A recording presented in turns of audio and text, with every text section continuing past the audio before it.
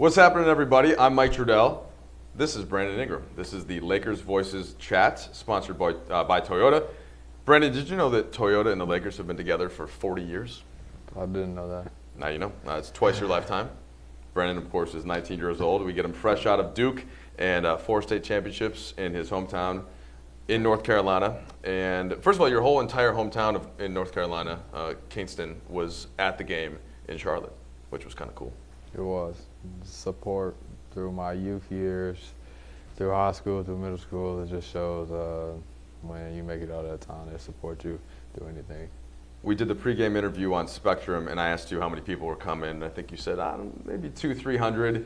Then I talked to your parents during the game. We did an interview with them, and they said that the number kept climbing until it seemed like there was about 700 people there. Did you get the final tally? I didn't, but it was about 700, 800 people. I think Kinston was a ghost town that day. Because what's the population of Kinston? I think about 22,000. Okay, so that is a strong percentage to make that 4.5 hour drive down to? Yeah, 4.5 hours.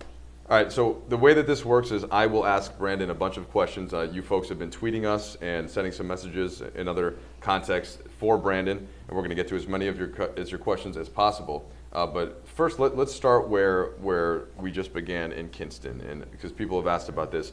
How did you fall in love with the game? What was your first exposure to it, and how? Maybe you could just summarize your path to basketball and where you are now. I think I was always surrounded by it.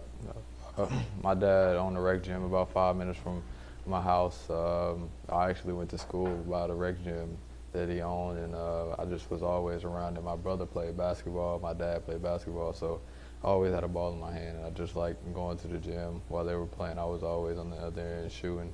So I just developed a love for the game right then, and my dad put me in a good position to play with different guys, and definitely helped me out. And a former NBA player who people know, Jerry Stackhouse, is from Kinston and had a big influence, I know, on you. Where did that relationship start, and how is it today? 4th grade, I think. He had this little thing that he came down to a rec gym down in Kinston, North Carolina, where him and his family just they came out. They played little pickup games, and I just started getting into them. My dad was playing all the time. My brother was playing in them, and as I was playing, he just liked my game, and he just came down, gave me a little advice, and then before you know it, I started playing with the AU team. And then I started traveling back and forth with him to Atlanta to work out for his AAU team, and it went from there. He was mentoring me, he was telling me different things, and overall, he made me a better basketball player. And so the AAU team that he had was in Atlanta, as you mentioned, and I think you told me it was about a 7 or 8 hour drive. Mm-hmm. So every other weekend he would send somebody down, and this is basically like one of your family members. It turns out everybody's kind of tight, right, as you get forward, and that was the commitment that you made to do it. And at a certain point, you realized probably, okay, winning some state titles, I know that I can have a pretty good future in basketball. But when did you first think about the NBA? When did that become a reality or a realistic goal for you? It was always a realistic goal for me from a young age, but I started really thinking about it in my senior year. I think just battling against the top players and showing that I can actually play with those guys, I think I really thought I can make it here. Gotcha. All right, Brandon. Let's get to some of these questions from Lakers fans and people following along. At JAV Barcelona 12 says, do you have any pregame rituals or things that you do before playing? Well, during that day, it's shoot around for me. I have to go home, take a 2-hour nap. I'm probably one of the first ones to the gym, me and Zubac. So before then, just listening to music on my way to the gym and just getting ready to shoot around it again at Staples. Then going back, getting treatment, listening to kind of music that gets me going, some energy flowing. I might get a cup of coffee just to get my energy flowing again, and then just looking at the game plan. What are you listening to these days? For me, I listen to a lot of Chicago rappers. So you might have never heard them, G Herbo, Lil Bibby. You might have heard of Kodak Black. Okay. How about Chance the Rapper? Chance the Rapper. Yeah, I listen to him a little bit. You should listen to a little more. See, now my generation of Chicago rappers would be Kanye, right? Because but you're 19, as I keep mentioning. You must listen to some Kanye though. Yeah, a little bit. It's old, some of his old songs. Yeah. Okay, but some. So the artists that you mentioned, are they younger? Like young guys just coming up. Yeah. And how'd you get into that specific scene? Because I would have figured maybe you had some Atlanta rap, a huge bit. hip hop scene in Atlanta, Gucci North Mane. Carolina. Right, but so how'd you kind of get connected in that Chicago crew?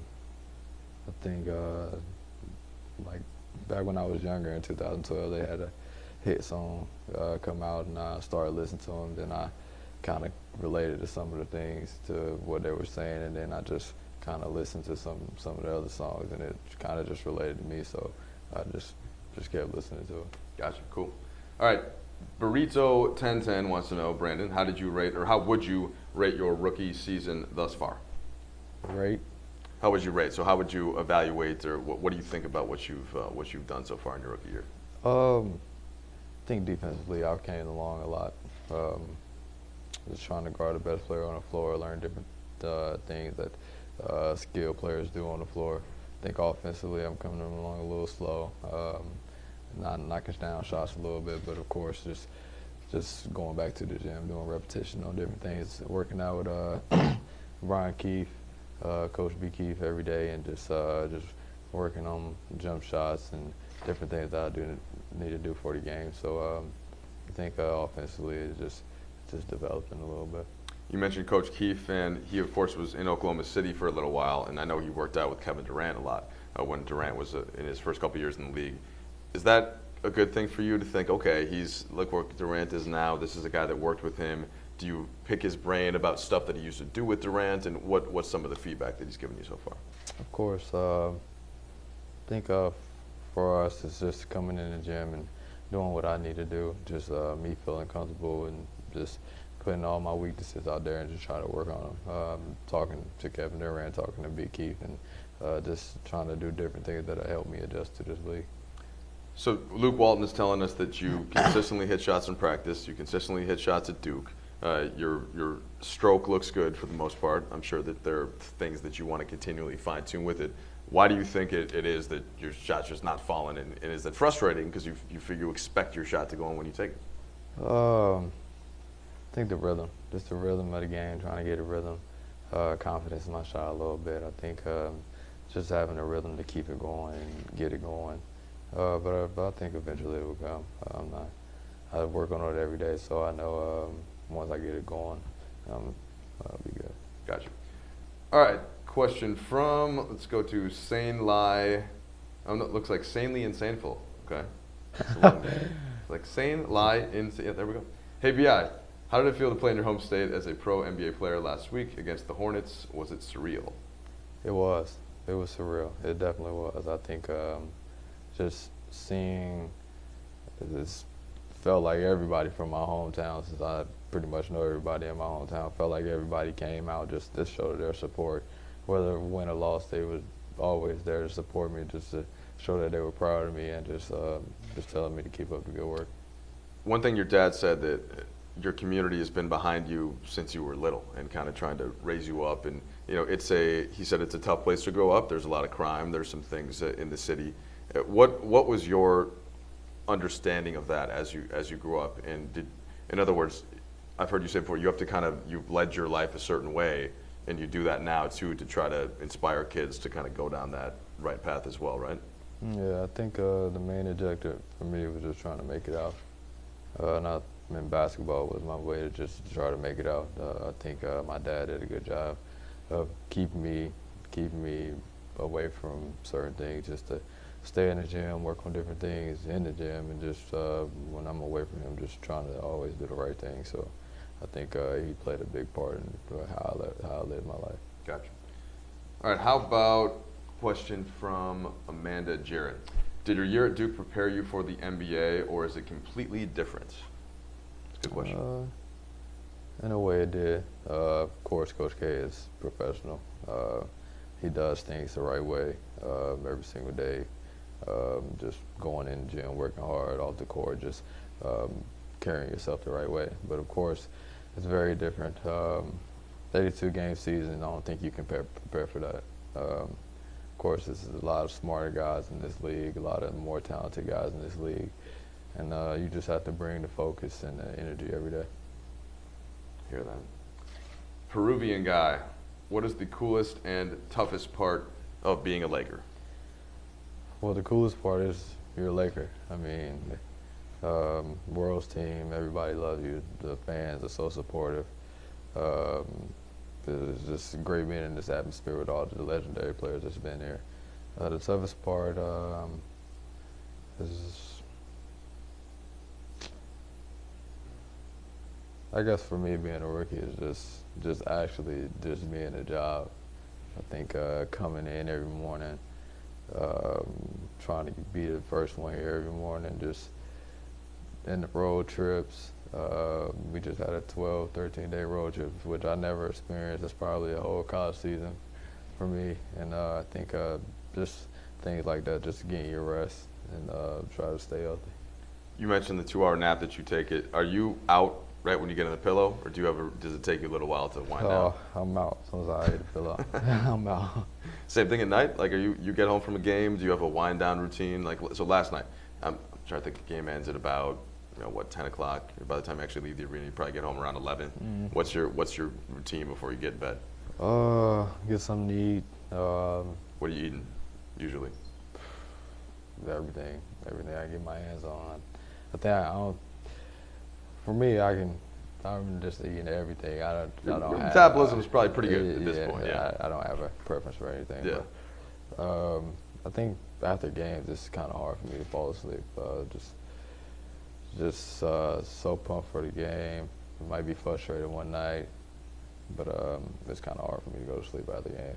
Sure. Now your adrenaline's pumping. You have to get your body and your mind ready, right, to be on. And then all of a sudden, because look, even as somebody who covers the team and all of us that work in the industry, when you get home, you have a little bit of that wiring. So I can imagine when you play, it's that much more. So what do you do to try to calm down? You got a couple TV shows, listen to radio, music. Like, do you do anything to try to ease into the evening? Oh, just try to relax. Just try to kick my feet up. Maybe lay on the couch, lay on my bed, watch a few. Well, I don't watch much TV, but maybe watch a few replays on NBA games, maybe watch film. For me, it's really hard, but just try to rest. So no routine, no shows that you watch regularly right now? No, I try to get into that, but I can't stay consistent with it. Yeah, you end up dropping one. So now look, there's some shows that you should be watching. That's why you get the iPad, bring it on the road, get into the Wi-Fi. You know what I mean? You can. What's a good show? Oh, listen, there are a ton. I would say that my favorite show on right now, you've probably heard of Game of Thrones on HBO. Have you ever tried that or started it? No, I never tried it. It's a good place to start. See, people are nodding their heads. We'll go through a whole list for you though later if you want to get into this. Although I don't want Luke Walton to say, "Hey, Brandon was watching all this game film, and then you gave him ideas to watch all these shows." So we'll see. Watching League Pass is good too. I would do that on the road. All right, Brandon. Is there one basketball player that you would have wanted to play with from any era? And who would that be? And that's from She Calls Me Kobe. That's an interesting question. So it could be your teammate. It could be anybody. It could be Magic. It could be Kareem. Could be George Mikan. Could be somebody now. Who's the player that you think you'd have most fun playing with? I wouldn't. Well, yeah, it would be fun to play with him, but I think learning from Kobe, just his demeanor, just him going on the court, his mentality, just trying to pick his brain of different things he sees on the floor. Of course, he's a smart player, and his work ethic, his footwork, just everything he did to just become that player. I think we could get Kobe down here once or twice, or maybe if you just head down to Orange County, he's there, right? He's chilling. You probably spend a little time with Kobe. You're wearing the right color jersey for him, right? I plan on it. Yeah, okay. No, but real question though, do you plan on trying to pick Kobe's brain some? Using that Laker? Yeah. I think it would be a good resource for me. Any Laker, just reaching back for information, I think it'd be a good resource. And that's one thing that Luke Walton has done is he's brought in various Lakers. I know James Worthy's talked to you. Let's see, did AC Green come in one time? Coop. Who else has come in? A couple more. I think Gail Goodrich came to talk to you. To Jerry West, maybe. Yeah, he came in. Yeah, so that's got to be a wealth of basketball information for you to just sit there and kind of take in. Yeah? Absolutely. Okay. Yeah, they got some decent former players in the Lakers. Brandon, how do you see yourself growing as a player in the future? Dash1 wants to know.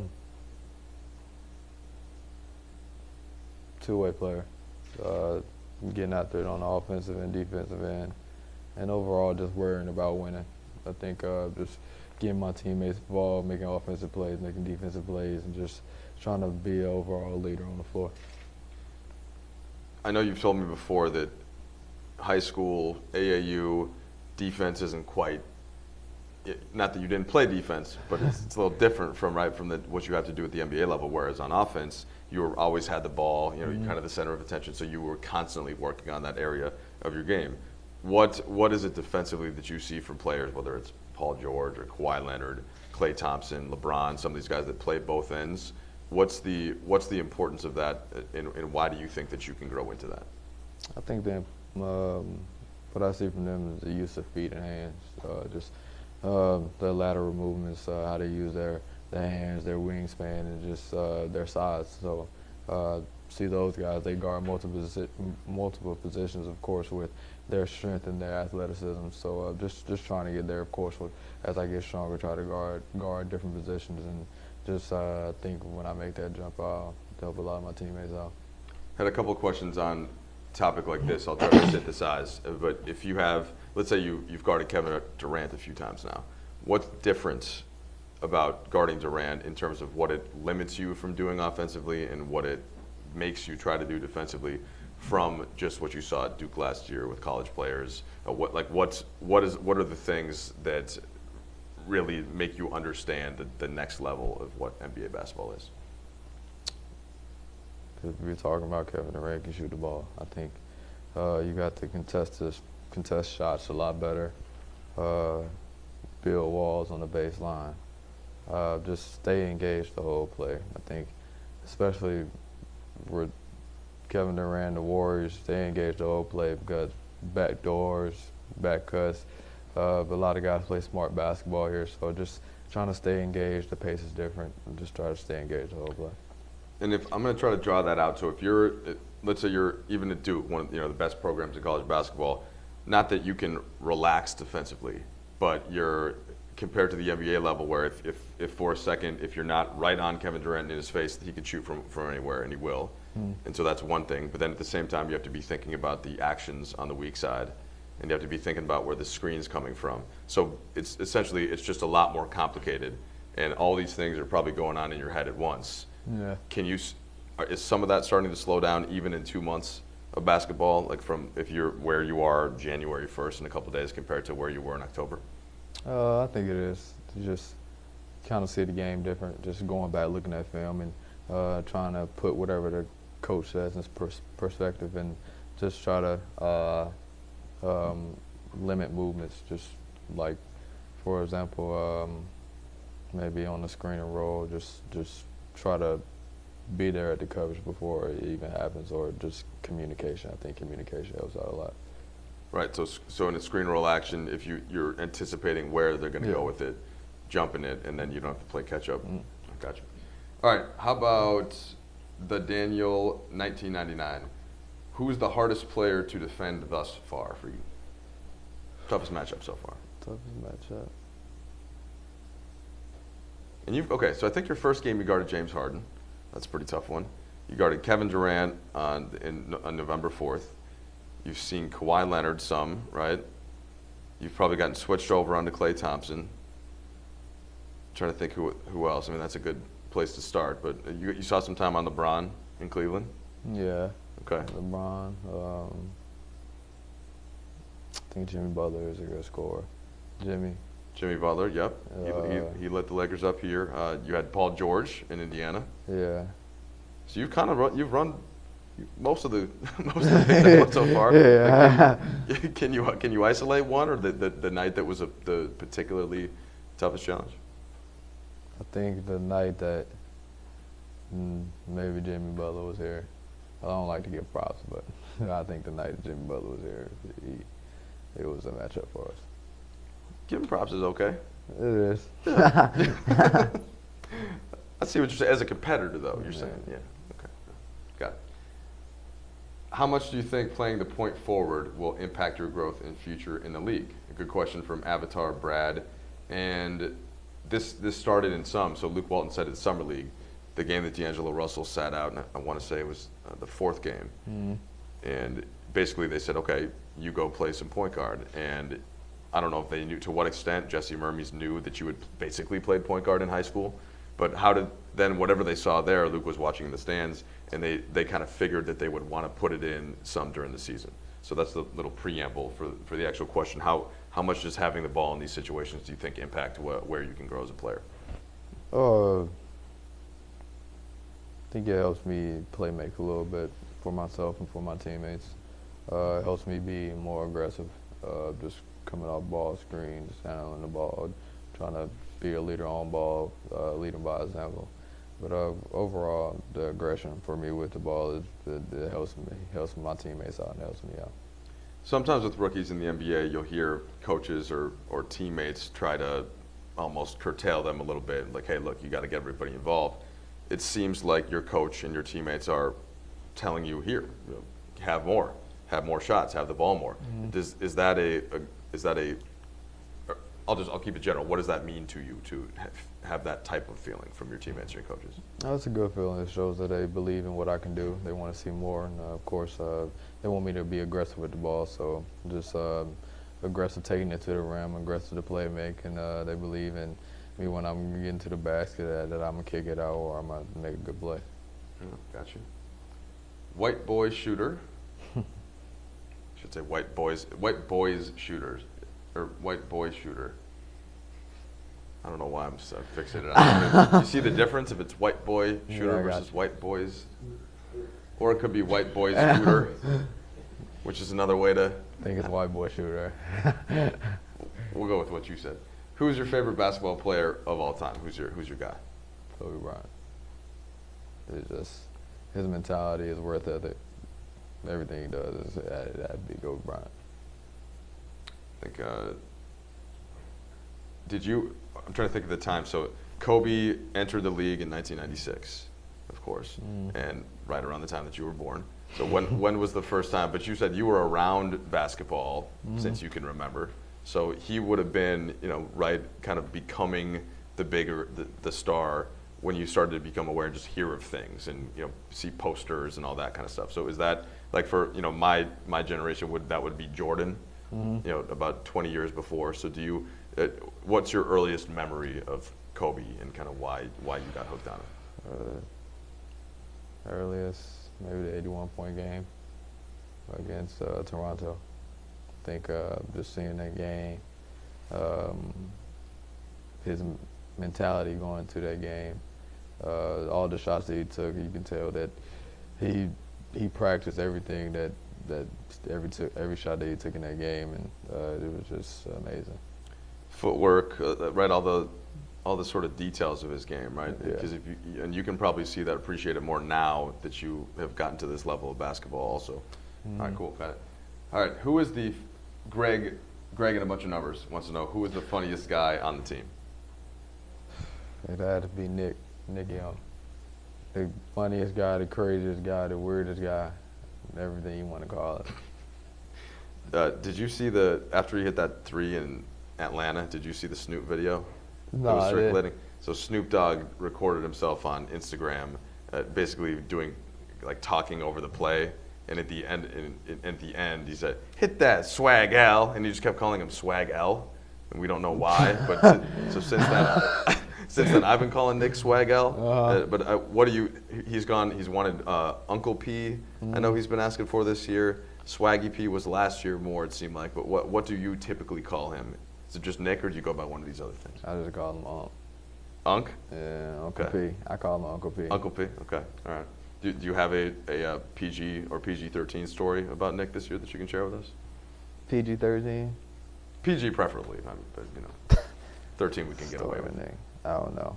I don't think I can tell one story. It's just every day. It's just his personality. Every day he do crazy stuff. You never know what you're going to get from him. He is. People say that, but he is genuinely fun to be around, right? And genuinely a nice guy. Yeah. So it's all part of the Uncle P, or I guess Unc P charm, as you say it. Okay. What are your favorite places to eat in Los Angeles since your arrival? And I know you've been busy, right? It's not like you've had a ton of free time probably to go out and try restaurants all the time, but are there a couple spots yet that you've appreciated? I think I always find myself at Roscoe's. Roscoe's, okay. Okay. Let's see. It's a steak place. Just get some good, just for some good fried chicken, waffles. Yeah. Okay. Do you keep it simple there? Do you go with the fried chicken and waffles, or do you get something else? Chicken and waffles. Okay, yeah. Macaroni and That's cheese, why you go all there. that, yeah. No mac and cheese. Okay. It's a steak place. I forget what it's called. There are many, but there's one in particular you like. Yeah, it's one in particular. It's downtown. Okay. Close to Staples. Okay. I think. There it is. Yeah. Okay. All right. John Black likes to think that he knows all the best restaurants. You can ask him. Okay. If the Lakers had a 2K tournament, who would win? Who is the best gamer on the Lakers? I would think D'Angelo. Either D'Angelo or I don't think Larry played. I think it would be D'Angelo. I see. So I know Larry and D'Angelo play a lot of FIFA also. Yeah. Some of the guys play a lot of Call of Duty. So I didn't last even year, know Hibbert, who's obviously now in Charlotte, but was playing Call of Duty, and I think Nance carries his Call of Duty case around too. He carries it everywhere. Yeah, on the road, he's got one of those professional cases. How about you? Do you play any games? Nah, I play 2K occasionally, but I usually don't mess with it. How many field goal attempts does Brandon Ingram have when you're playing with the Lakers? I don't play with myself a lot. Okay. Well, but the first time I did play, I probably shot every time. Yeah, of course. I mean, you throw the occasional alley-oop maybe, but you're trying to get, that's how we all if you create a my player in FIFA, it's not like you're passing up scoring opportunities. I mean, sure. You want to see your name on there. Okay. What's your just two more? What's your favorite thing to do besides basketball, Brandon, when you have free time? Shop. That's from Borna. Shop. Listen to music. I haven't done it in a long time, but I plan on doing it. Fishing. Fishing. Didn't you used to fish with your great aunts? My grandmother. Or, sorry, your grandmother. Yeah. Okay. Okay. And where would you? Where? Just like was it a river? Like up here. Used to go out to lakes sometimes. We had like the Neuse River down in Kingston, so maybe we go out there sometime. Do you like the serenity of it? Just to. Yeah, just to get away from everything else. Just have fun with family. Gotcha. And you mentioned shopping. What in particular for? Do you like, shoes? Just clothes. Any kind of clothes? Just clothes. I don't really pay for shoes, so. Point. Shoe deal. Nice. So probably clothes. Yeah. Okay. All right. Last one. What other sport would you have played if not for basketball? From Danny De La Pena. And again, I appreciate everybody joining us on the Toyota Lakers Voices chat, suiting up together for 40 years. Brandon, what other sport? I might have do track and field. Track and field, maybe high jump or long jump, maybe one of those. I don't think I play anything else though. It's strictly basketball. It was pretty much strictly basketball for you, right? Yeah. So you could think with your frame, I could see you as a pitcher, Randy Johnson style. I was thinking about that in middle school, but I never got out there. You have a good arm though? Throw a Yeah. football, throw a baseball? Yeah. It just why was it just basketball? I mean, I get that was the community, it was kind of the big sport there, but did people rotate into different sports, or you ever think about football, baseball, track, whatever? I think basketball was just the season just never ended. It was high school, then AAU, and it was different high school events. So basketball just always kept me busy. I just never thought about another sport. Now, Michael Thompson would tell you the cross-training in other sports is valuable to keep your body healthy because you don't want to be ranging on one muscle group. But now the Lakers training staff can take care of all that. Yes. Cool. All right, anything else we need to know, Brandon? Not that I can't think of. Okay, I think we're cool, man. We appreciate you coming and joining us. Appreciate it. Again, Lakers and Toyota guys, 40 years. That's Brandon Ingram. We appreciate his time very much, and we will see you guys next month.